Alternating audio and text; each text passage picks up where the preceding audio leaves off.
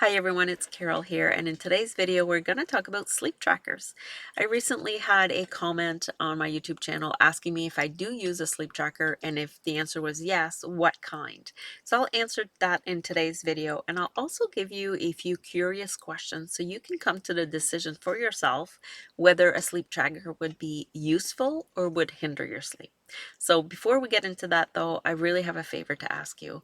I would love for you to subscribe to my YouTube channel, like my videos, leave a comment. All of this will help me reach more people, and together we can just create a world where people know how to sleep naturally. And I need your help to make sure that these videos get out to people as much as possible. Thank you so much for subscribing to my channel. Now, to answer the question, no, I don't use a sleep tracker. Yes, I have in the past. At one point, I used a Garmin watch to count my steps, and also it had the ability to track my sleep. What I noticed when I was using it was in the mornings when I would actually look at my app to see how much sleep I got. I never got more than 2 to 3 hours back then because I was struggling with sleep so much. And it created more of a sense of dread, of anxiety, of like, ugh, like again, like all that really like low energy that wasn't helpful at all. And then at nighttime, what I would do would be like, oh, okay, so is tonight going to be just as bad? And I had the fear, the anxiety, and everything that goes along with being a severe insomniac. And the sleep tracker did not help me. I remember making the decision to remove it and to not track my sleep anymore because it was just too anxiety inducing for me.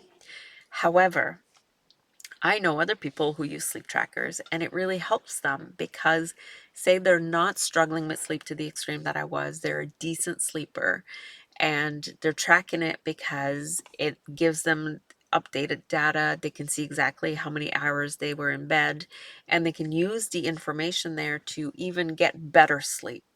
And it's not causing them dread or worry or anxiety, but instead it's giving them information, and they can leave it at that, that this is just information I got that I can now use as a resource to help me sleep better.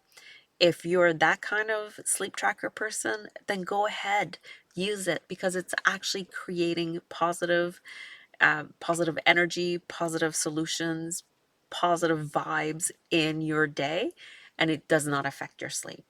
However, if you're the other kind like I was, where using a sleep tracker really created more anxiety, then I would suggest that you don't. And then you might question, well, what am I supposed to do instead? If I'm not using a sleep tracker, how do I know how I really slept? And that's what we like to talk about too in the Better Sleep community, is really getting in tune with our nervous system, getting in tune with how it feels to sleep good and how it feels to support yourself with compassion and authenticity. And then just really showing up for yourself in the morning and say, okay, I recognize that last night wasn't a good night's sleep, and today I just have to be more gentle with myself, pay attention to where I put the energy that I have. Do I put that towards a goal that I'm working on, or do I put more energy towards rest and relaxation today? And so it's not always about using a sleep tracker to make sure we sleep well, because we can actually learn to listen to our body and our nervous system and know that we have slept well. The other thing I'd like to say is I've noticed with people in the Better Sleep community that even on the nights we don't sleep well, because if you've struggled with sleep, you know, we want to have this unrealistic expectations that once I start sleeping better, I will never have a bad night's sleep. I know I was there, but the reality is that even good sleepers will have the odd bad night's sleep. It's what we do when we have a bad night's sleep that helps us the next day. So in the past, especially with a sleep tracker, I would see, oh, I didn't sleep well. Then I would get in my mind right away. I would ruminate on how bad my day is going to be because I didn't sleep well. And then I had the evidence to show everybody I didn't sleep well. And that just created more anxiety and less sleep the next night. More sleep effort, less sleep. But what we're learning in the Better Sleep community is that, okay, I had a bad night's sleep. Why did I have a bad night's sleep? So we're going to question, did I have an overactive nervous system? Did a situation happen to cause that anxiety in my nervous system?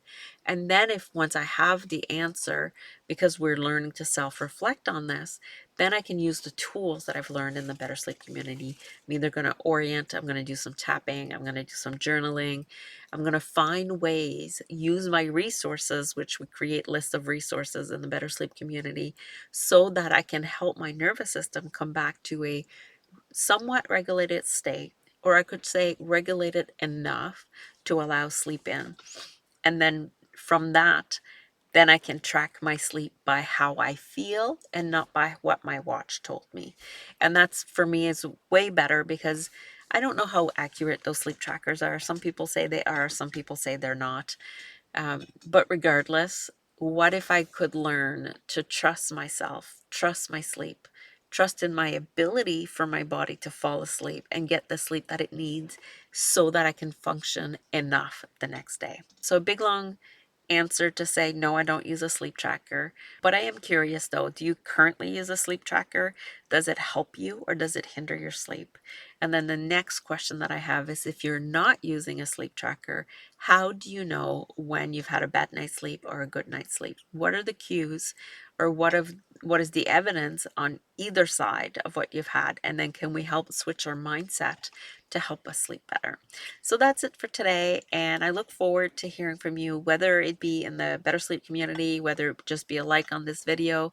And if you have any questions, never ever hesitate to email me at carol@carolrichardcoaching.com.